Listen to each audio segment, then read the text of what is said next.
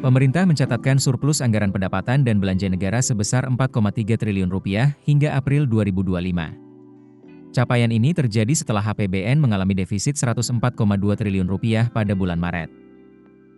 Menteri Keuangan Sri Mulyani Indrawati menjelaskan bahwa pendapatan negara hingga April 2025 mencapai Rp810,5 triliun atau setara 27% dari target dalam APBN 2025.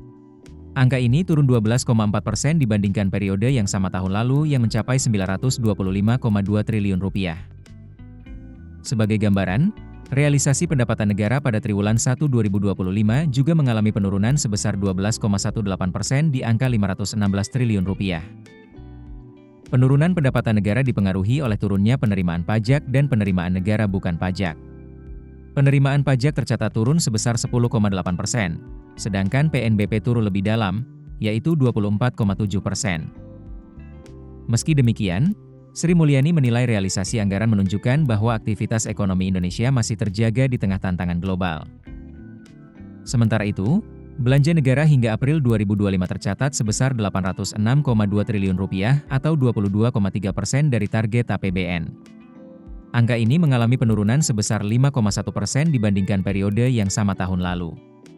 Surplus anggaran yang tercapai berasal dari selisih antara pendapatan dan belanja negara pada periode tersebut. Selain itu, keseimbangan primer juga mencatatkan surplus sebesar Rp173,9 triliun.